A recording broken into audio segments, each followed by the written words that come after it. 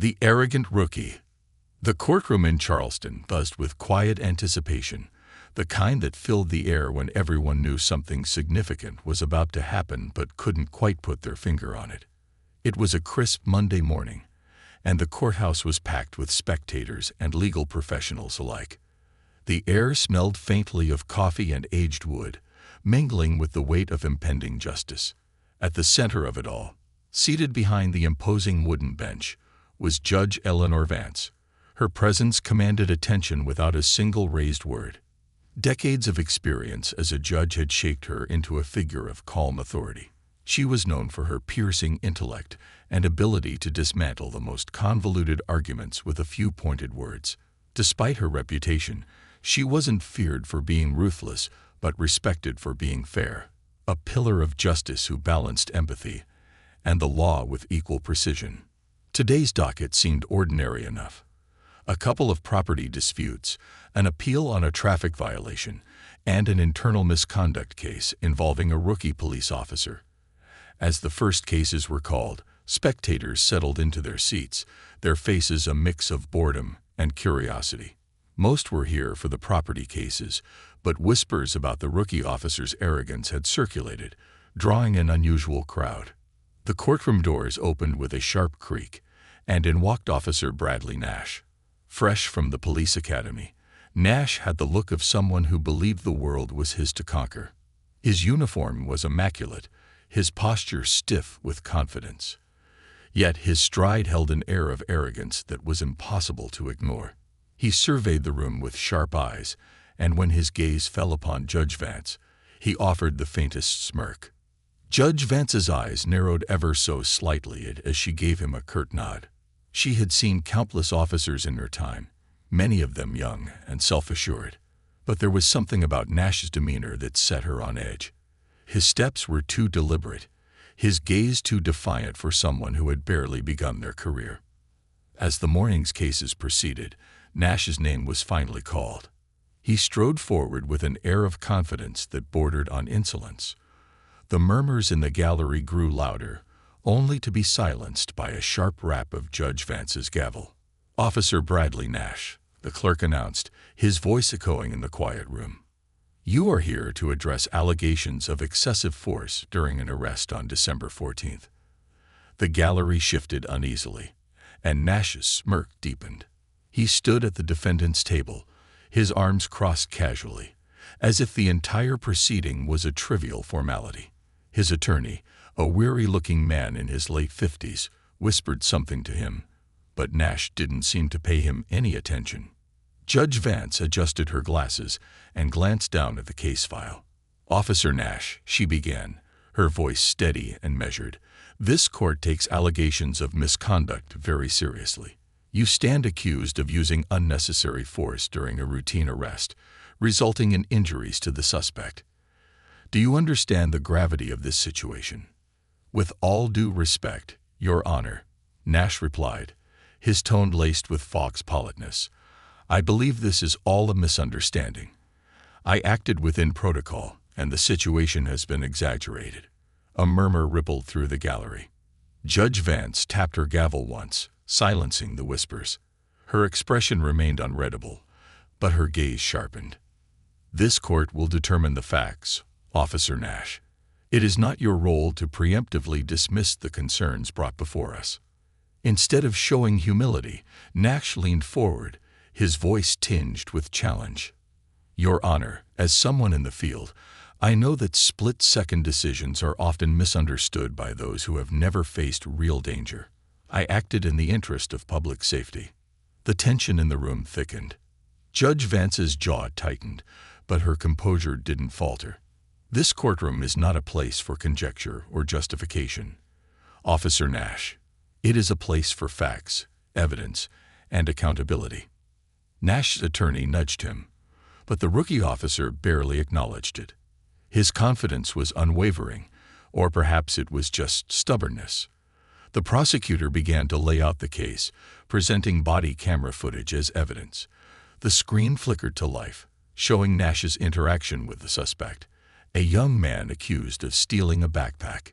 In the video, the suspect appeared nervous but compliant, his hands raised as Nash approached. However, Nash's actions escalated almost immediately. The suspect was forced to the ground with a level of force that made the gallery gasp. Judge Vance's eyes didn't leave the screen, her expression inscrutable. When the footage ended, she turned her gaze back to Nash. "Officer Nash," she said, her tone as cold as steel, "the footage shows a suspect complying with your commands. Yet, within seconds, you escalate to physical force. How do you explain this?" Nash straightened his posture, his smirk faltering slightly. "Your Honor, in my experience." "Experience?" Judge Vance interrupted, her voice cutting through the room. "You've been an officer for less than a year, Officer Nash. Tell me, what experience are you referring to?" The gallery stirred again, and Nash's attorney visibly winced. Nash cleared his throat, his confidence faltering. "I was trained to act decisively, Your Honor. The suspect could have been hiding a weapon or waiting for an opportunity to attack." Judge Vance leaned forward slightly, her eyes narrowing. "Could have been, Officer Nash. Do you have any evidence to support this claim? Any indication that the suspect posed a threat?" Nash hesitated. His bravado was cracking under the weight of her scrutiny. "No, Your Honor," he admitted reluctantly. "But I wasn't going to take any chances." Judge Vance's lips pressed into a thin line. "Not taking chances does not equate to disregarding protocol. Your actions, as shown in the footage, suggest an abuse of authority rather than an exercise of caution." For the first time, Nash's confidence seemed to waver entirely. His attorney whispered something urgently, but Nash remained silent. The weight of Judge Vance's words hung heavy in the air. "Officer Nash," she continued, her voice firm, "your badge is not a license to act on impulse or to assert dominance. It is a symbol of responsibility, a responsibility to protect and serve with integrity. The actions depicted in this footage undermine the trust placed in law enforcement by the community." The gallery sat in stunned silence. Nash's face was flushed, his hands fidgeting on the table. Judge Vance turned to the prosecutor, signaling for the next piece of evidence to be presented.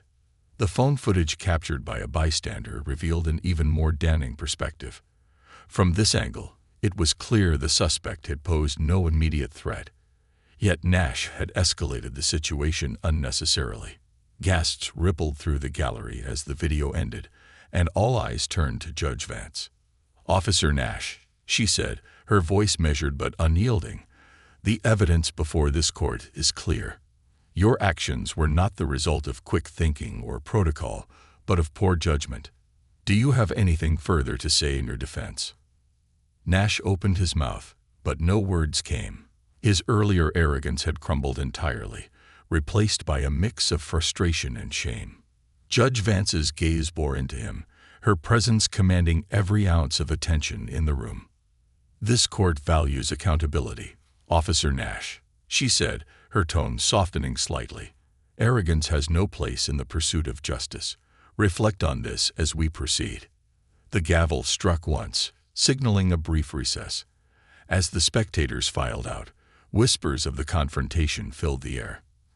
Nash remained seated, his expression a mixture of defiance and dawning realization. Judge Vance leaned back in her chair, her eyes briefly scanning the now empty courtroom.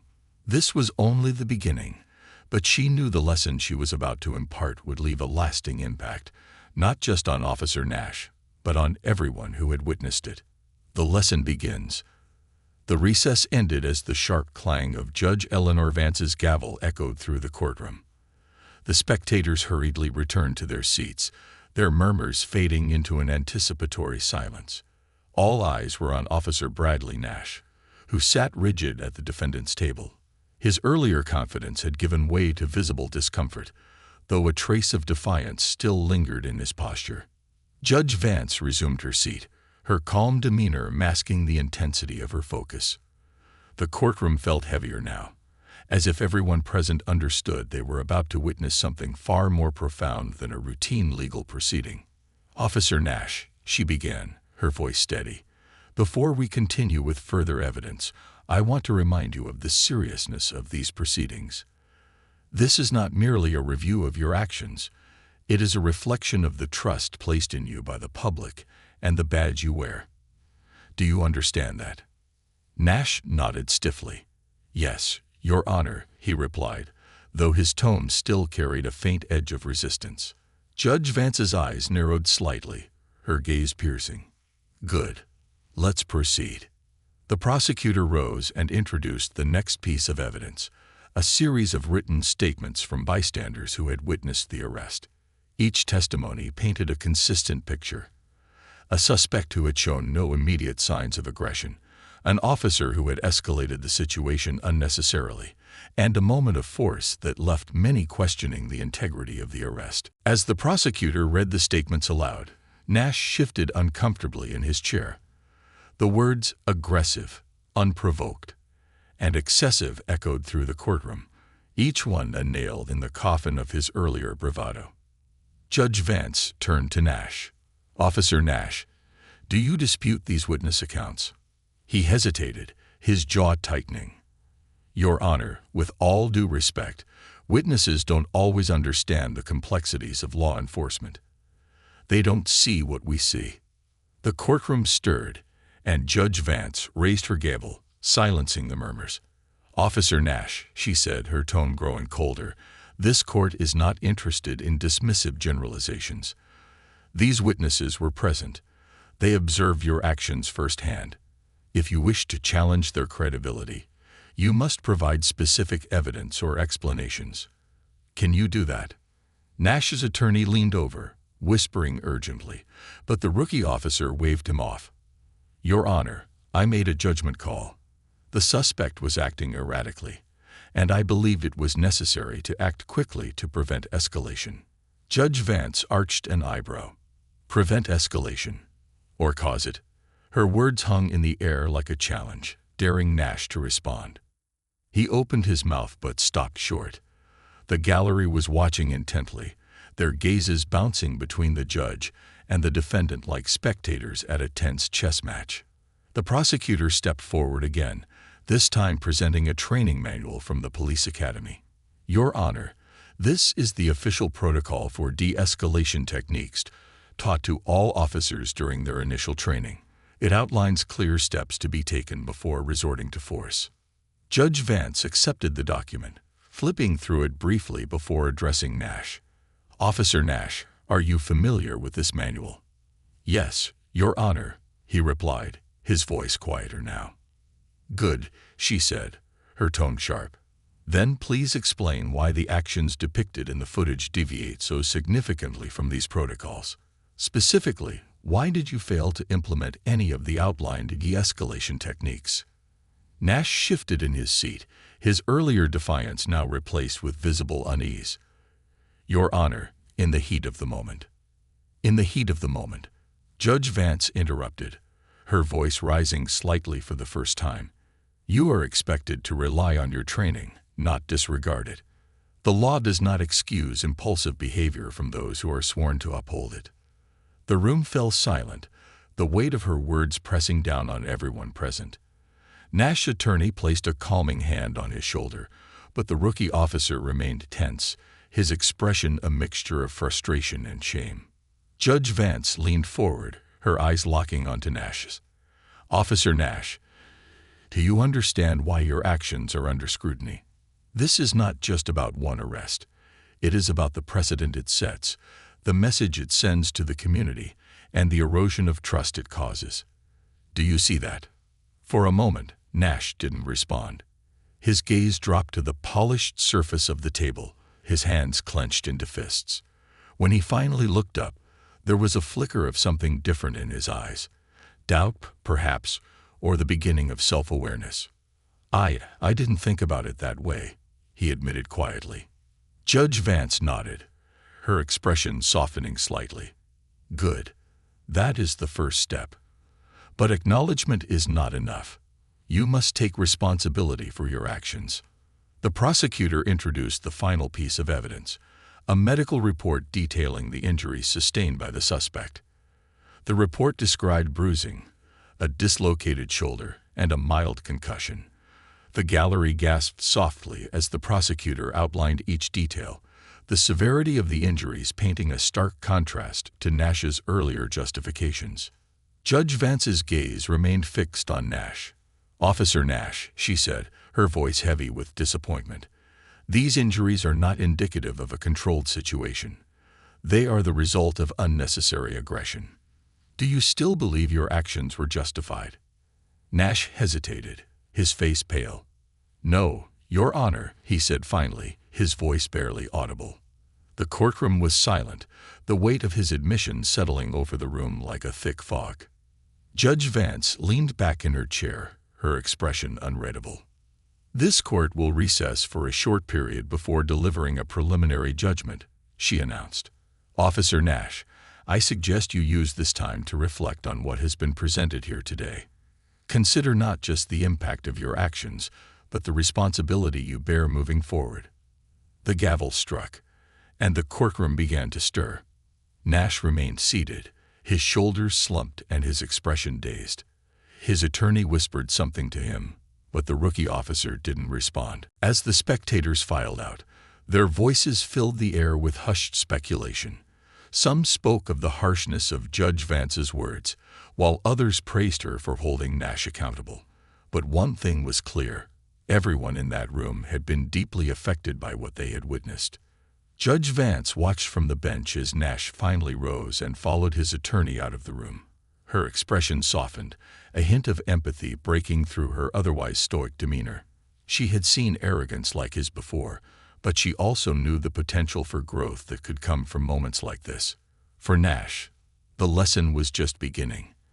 And for Judge Vance, it was a reminder of why she had dedicated her life to the pursuit of justice, not for the sake of punishment, but for the opportunity to guide, to teach, and to ensure that the scales of justice remained balanced. The breaking point. The courtroom reconvened after the recess, the spectators returning with an even stronger sense of anticipation. It was clear to everyone that this was no ordinary case. Officer Bradley Nash, once the picture of youthful confidence, now sat at the defendant's table with a shadow of doubt clouding his expression. His earlier bravado had all but disappeared, replaced by a quiet tension that mirrored the atmosphere in the room. Judge Eleanor Vance took her seat at the bench, her posture as commanding as ever. Her gaze swept over the courtroom, lingering briefly on Nash before addressing the clerk. "Let us proceed," she said, her voice firm but composed. The prosecutor stood, shuffling a stack of papers before addressing the court. "Your Honor, I would like to call our next witness to the stand." Ms. Clara Mendoza was a bystander during the incident in question and has provided a written statement regarding what she observed. As Ms. Mendoza approached the stand, the courtroom fell silent. She was a petite woman in her early 40s, her demeanor nervous but resolute. After being sworn in, she sat with her hands folded tightly in her lap, her eyes darting briefly to Nash before focusing on the judge. "Ms. Mendoza," the prosecutor began, "can you please describe what you witnessed on the day of the incident?" She took a deep breath, her voice steady despite the tension. "I was walking home from work when I saw Officer Nash pulling over a young man near the corner of 7th and Maple. At first, it didn't seem like anything unusual. The young man had his hands up, and he was saying something. I couldn't hear exactly what, but he looked scared." The prosecutor nodded. "And then what happened?" Ms. Mendoza hesitated, glancing at Nash again. Officer Nash started yelling at him, telling him to get on the ground. The young man looked confused, like he didn't understand what was happening. He kept saying, "I didn't do anything." But before he could move, Officer Nash grabbed him and slammed him against the car. Gasps rippled through the gallery, and Judge Vance tapped her gavel once to restore order. "Please continue, Ms. Mendoza," she said, her voice measured. Ms. Mendoza's hands clenched tighter. The young man didn't fight back. He was crying, begging the officer to stop, but Officer Nash kept shouting at him and pushed him to the ground. It all happened so fast. The prosecutor stepped closer. "Did the young man make any attempt to resist or threaten Officer Nash during this interaction?" "No," Ms. Mendoza said firmly. He was scared, not dangerous. I was standing right there. He didn't do anything that should have made the officer act like that. The gallery murmured again, and Judge Vance gave them a stern look that silenced the room immediately. She turned to Nash, her gaze unwavering.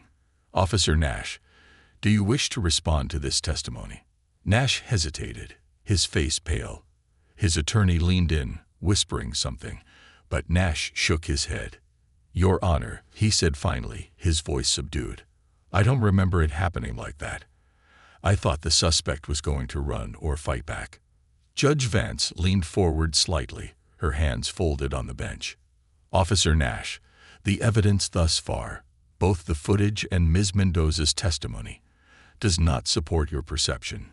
Do you understand the importance of assessing situations accurately before acting?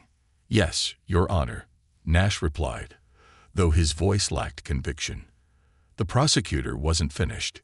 Your Honor, I would like to present a final piece of evidence, a statement from the suspect involved in the incident.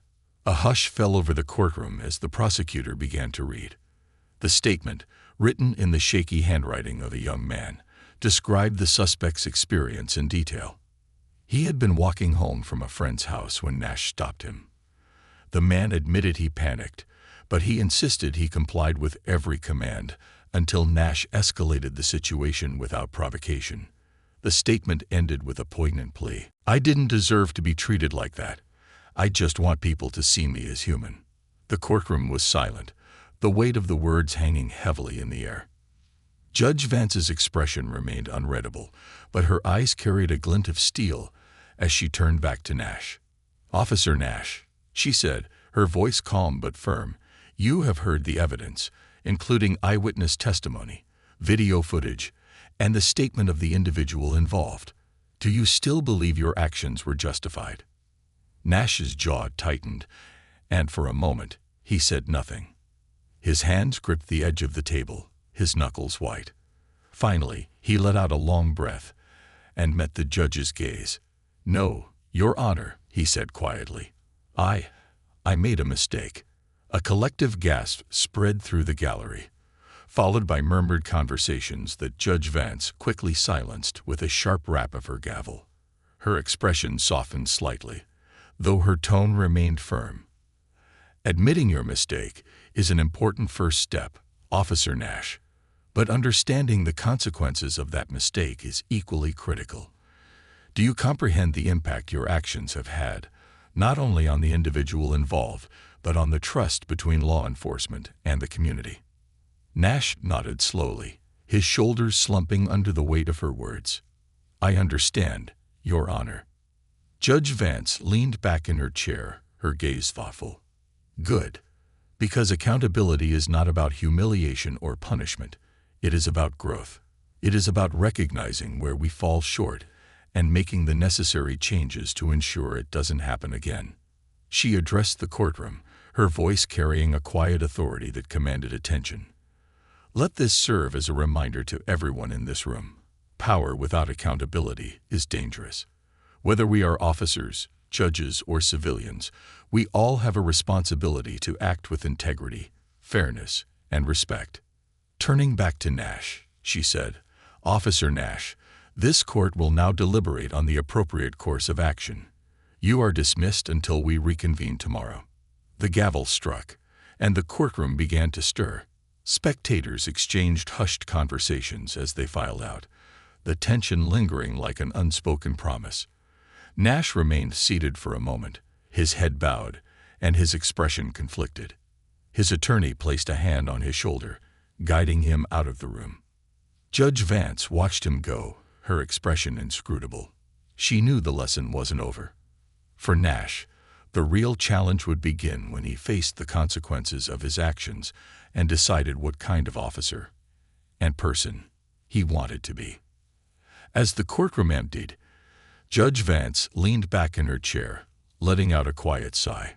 Cases like this weighed heavily on her, but they also reminded her why she had dedicated her life to the pursuit of justice, not for the sake of punishment, but for the opportunity to teach, to guide, and to ensure that the law remained a force for good. The weight of reflection. The next morning, the courthouse buzzed with even more energy than the day before. Spectators, reporters, and curious onlookers filled the benches and lined the hallways. The case of Officer Bradley Nash had gripped the public's attention, sparking debates about authority, accountability, and justice. The gallery was packed, and conversation swirled with speculation about what Judge Eleanor Vance would decide. Inside the courtroom, the tension was palpable. Officer Nash sat at the defendant's table, his usually sharp posture slouched.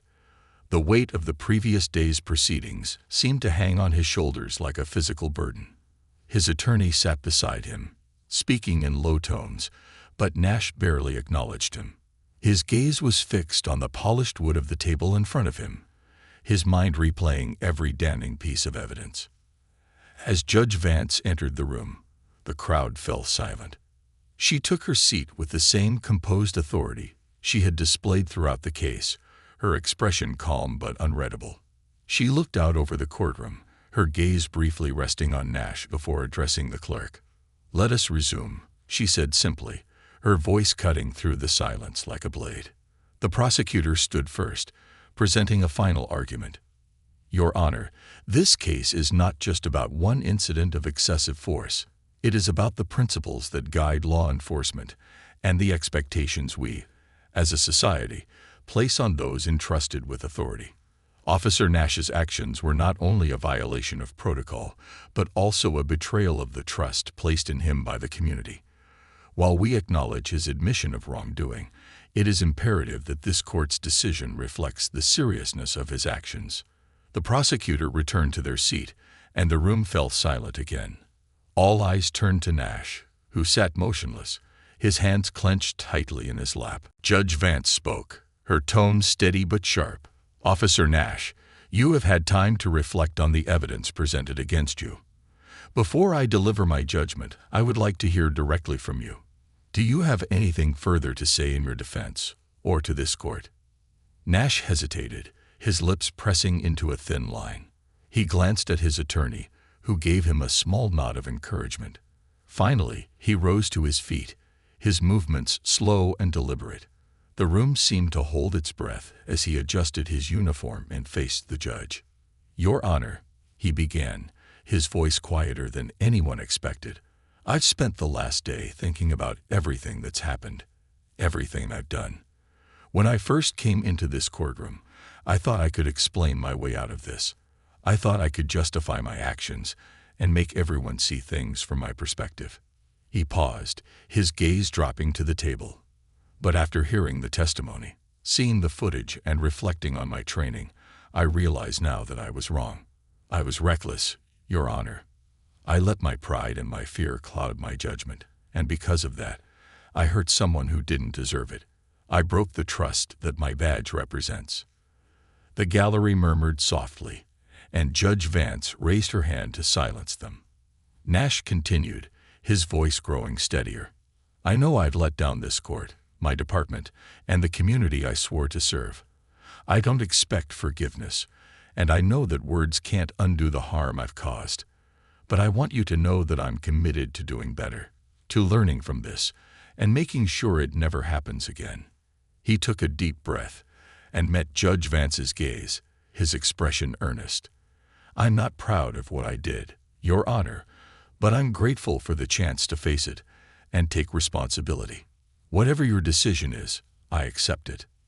Nash sat down, his shoulders sagging as if the weight of his words had drained him. The gallery was silent, the tension in the room thicker than ever. Judge Vance leaned forward slightly, her hands folded on the bench. "Officer Nash," she began, her voice measured, "your words suggest that you have begun to understand the gravity of your actions.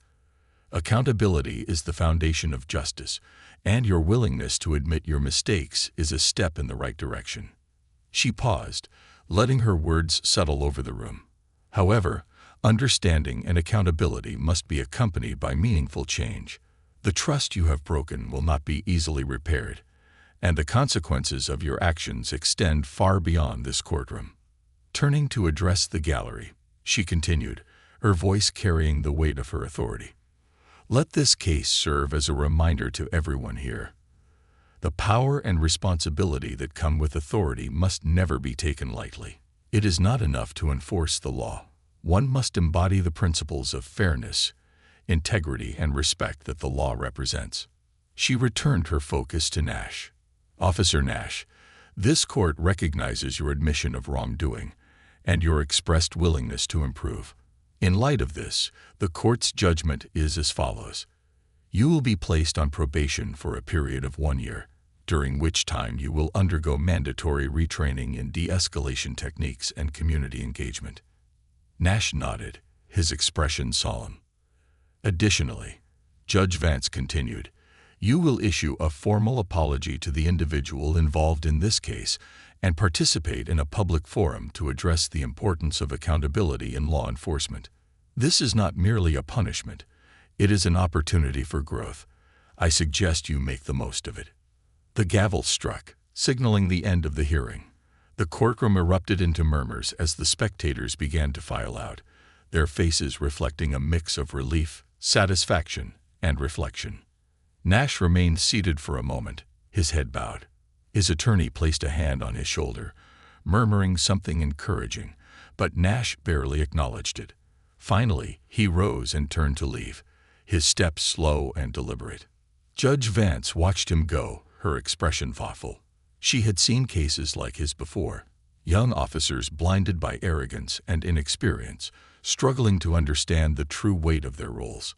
But she had also seen those same officers grow, transform, and become some of the finest examples of what law enforcement could be. As the courtroom emptied, Judge Vance leaned back in her chair, letting out a quiet sigh. She knew the road ahead would not be easy for Nash, but she also knew that true change often came from moments like these, moments of reckoning, humility, and the courage to start again. For now, she could only hope that the lesson would stick, not just for Nash, but for everyone who had witnessed it. The ripple effect. The courtroom emptied slowly, leaving Officer Bradley Nash alone with his thoughts. Even as he stepped into the corridors of the courthouse, the murmurs of the gallery followed him like an unwanted shadow. Reporters hovered at the edges, cameras clicking and microphones thrust forward, but his attorney ushered him past without a word. Nash didn't fight the silence. For the first time in his young career, he felt the crushing weight of his choices. As they stepped outside, the brisk morning air stung his face, grounding him. He paused at the courthouse steps, looking down at the polished badge clipped to his belt. A symbol of authority, once a source of pride, now felt like an unbearable reminder of how much he had to learn. Bradley. His attorney's voice broke the silence. You handled yourself well in there. Judge Vance was tough, but fair. Now it's up to you to show that you're willing to change. Nash nodded, though his stomach churned with uncertainty. I'll do what she ordered, he said, his voice subdued. But will it matter? Can I fix this? His attorney regarded him for a moment before replying. You can't undo what's been done, but you can decide what happens next. It's not about fixing the past. It's about building a future you can be proud of. That's what Judge Vance is giving you, a chance. Those words stayed with Nash as he left the courthouse. Instead of returning to his precinct, he went home, needing the solitude to process everything. His modest apartment felt smaller than usual, the walls closing in as he sank onto his worn couch. The silence was deafening, but he didn't dare turn on the TV or scroll through his phone. He knew the story was already spreading, and he couldn't bear to see his name attached to the headlines. Instead, he opened the folder his attorney had handed him after the trial. Inside were the details of his court-ordered probation, retraining schedules, community service requirements, and the terms of his formal apology. He skimmed the pages, but his attention kept returning to one section, a mandatory public forum where he would face community members and discuss his actions. The thought of standing before a crowd and admitting his failure made his chest tighten. He had faced suspects in tense situations, endured grueling physical training, and passed rigorous exams, but this felt different. Vulnerability wasn't something he had been taught to embrace. Yet, as he sat there, staring at the words, he couldn't shake Judge Vance's voice from his mind. Accountability is not merely about punishment, it is about growth. The next week, Nash began the first of his mandatory retraining sessions. The classroom was far from the adrenaline-fueled environment he was used to. Instead of tactical drills, the sessions focused on conflict resolution, emotional intelligence, and de-escalation techniques. Nash sat in the back, his arms crossed, feeling out of place among the mix of new recruits and seasoned officers who had been ordered to attend. The instructor, a retired officer named Captain Maria Cortez, was nothing like Nash had expected. Her presence was commanding, but her approach was calm and empathetic. On the first day, she shared a story about a mistake she had made early in her career. A split-second decision that had nearly cost an innocent man his life. "I was young, like most of you," she said, her gaze sweeping the room. "I thought being an officer meant proving I was in control, that I was the one in charge. But what I didn't realize was that real authority comes from restraint, from understanding, and from knowing when to step back. That mistake taught me more than any training ever could." Her words hit Nash harder than he expected. For the first time, he saw a reflection of himself, not just in her younger self, but in her willingness to admit her flaws and learn from them. He leaned forward slightly, his resistance softening. Throughout the sessions, Nash was forced to confront the realities of his profession in ways he never had before. He participated in role-playing exercises, where he had to de-escalate tense scenarios without resorting to force. He listened to community members share stories of their interactions with law enforcement, some positive, but many painful. And he studied case after case of officers who had made decisions similar to his own, some of whom had faced consequences far more severe. It wasn't easy. Nash struggled to let go of his instinct to defend himself, to justify his actions. But as the weeks went on, he began to notice subtle changes. He stopped bristling at criticism. He started asking questions instead of assuming he had the answers. And slowly, he began to understand the responsibility Judge Vance had spoken of, not as a burden, but as a privilege. One of the most difficult moments came when Nash delivered his formal apology to the young man he had wronged. The meeting was held in a neutral space, with mediators present to facilitate the conversation. Nash's hands shook as he walked into the room, his stomach in knots. The young man, Marcus, sat across from him, his expression guarded. He looked younger than Nash had expected, barely out of his teens. The sight of him, with his arm still in a sling from the injuries Nash had caused, filled him with a shame so profound it was almost unbearable. "Marcus," Nash began, his voice trembling slightly, "I want to start by saying I'm sorry, not just for what happened that day, but for the way I made you feel, for treating you like you were less than human. There's no excuse for what I did, and I take full responsibility for my actions." Marcus didn't respond immediately. His eyes studied Nash, searching for sincerity.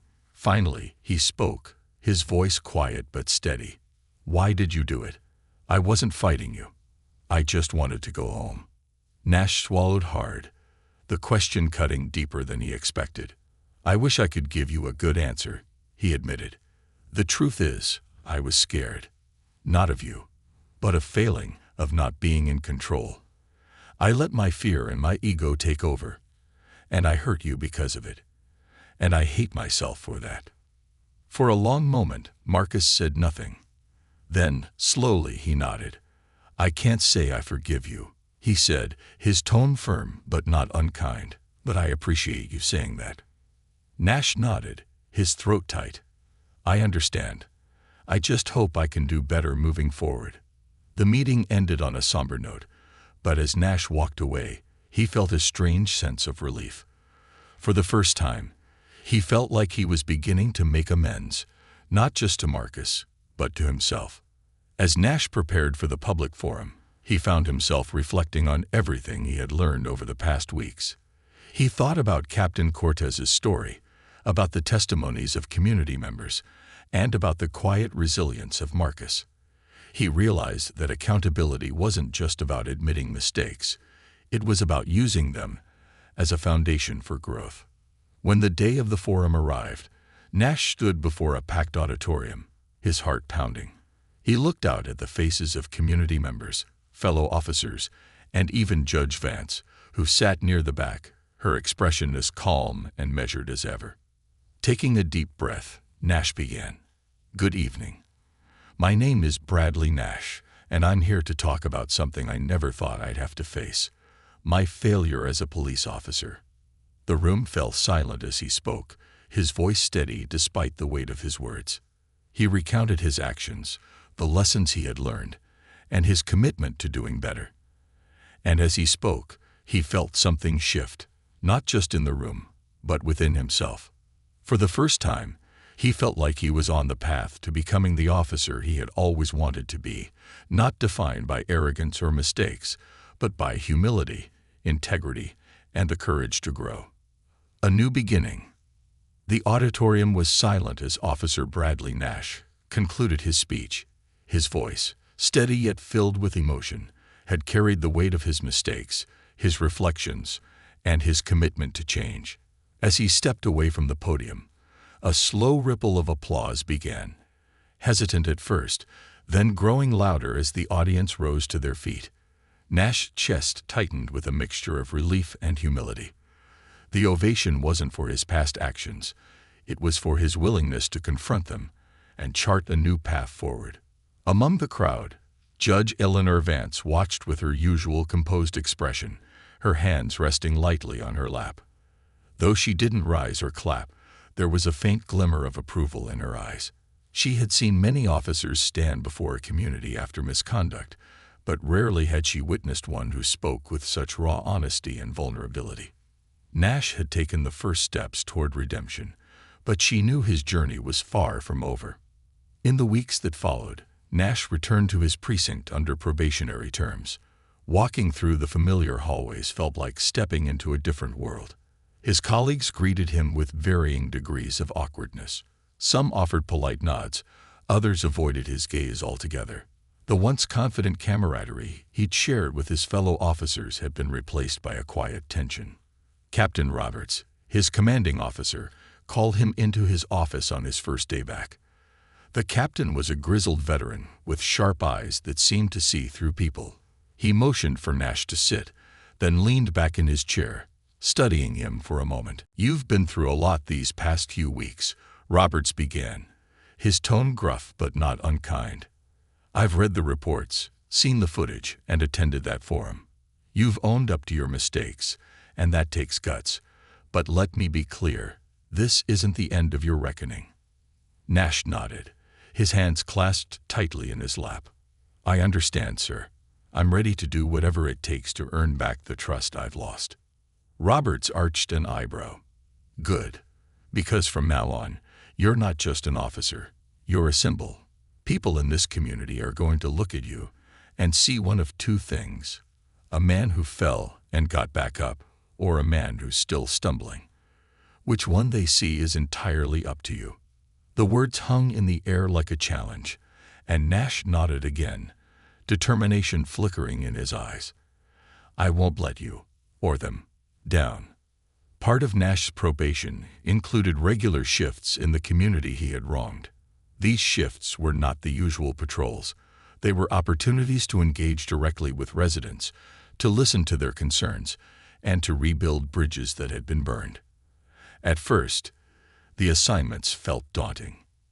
Nash wasn't sure how to approach people who might only see him as a reminder of their distrust in law enforcement. His first shift brought him to a local community center, where he was tasked with helping run a youth mentorship program. The kids, ranging from elementary to high school, were skeptical of his presence. Some whispered to each other, their eyes darting to his uniform, with a mixture of curiosity and suspicion. One boy, no older than 12, finally spoke up. "You're a cop, right? Did you hurt someone?" The question hit Nash like a punch to the gut. He crouched down to meet the boy's gaze, his expression serious but kind. "Yes, I did," he admitted. "I made a mistake, and I hurt someone when I shouldn't have. That's why I'm here, to learn how to do better and to make things right." The boy studied him for a moment, then shrugged. "At least you're trying," he said simply before running off to join his friends. It wasn't forgiveness, but it was a start. Over the weeks, Nash began to connect with the kids, sharing stories, playing basketball, and helping with their homework. He learned their names, their dreams, and their fears. In turn, they began to see him as more than just a uniform. The barriers between them started to crack, and Nash felt a glimmer of hope that trust could be rebuilt, one small step at a time. Meanwhile, his retraining sessions continued. Captain Maria Cortez, who had initially been a distant authority figure, became a mentor Nash hadn't realized he needed. Her no-nonsense approach and wealth of experience challenged him in ways that went beyond the basics of police work. One day, after a particularly intense de-escalation exercise, Cortez pulled Nash aside. "You've come a long way, Nash," she said, her tone softer than usual. "But there's one thing you still need to figure out." "What's that?" he asked, wiping sweat from his brow. "Why you became a cop in the first place," she replied. "And don't give me the usual line about wanting to help people or follow in someone's footsteps. I mean the real reason, the one that keeps you going when the job gets ugly." The question lingered with Nash long after their conversation. He thought back to his younger self, fresh out of the academy, full of ambition and a desire to prove himself. Back then, he had believed that being an officer was about authority, about control.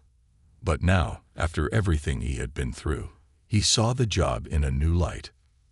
Months later, Nash stood in the same community center where he had first met the kids. This time, he wasn't just a visitor. He was there to teach a workshop on conflict resolution. The room was packed with teenagers and adults, their faces reflecting a mix of interest and skepticism. Nash felt a familiar pang of nervousness, but pushed it aside. He began by sharing his story, not just the sanitized version, but the raw truth. He talked about his arrogance, his mistakes, and the lessons he had learned. He admitted how hard it had been to face his failures and how those failures had forced him to grow. The audience listened intently, and when Nash opened the floor for questions, hands shot up. The discussion that followed was honest and sometimes uncomfortable, but it was also filled with moments of connection. By the end of the session, Nash felt something he hadn't in a long time: a sense of purpose. Judge Vance watched Nash's progress from a distance, receiving periodic updates on his probation and community work. One day, she received a letter in the mail, a handwritten note from Nash himself. In it, he thanked her for holding him accountable and giving him the opportunity to change. He wrote about his experiences, the people he had met, and the lessons he had learned. "I used to think that authority was about power," the letter concluded. "Now I understand that it's about service. It's about earning the trust of those you serve every single day.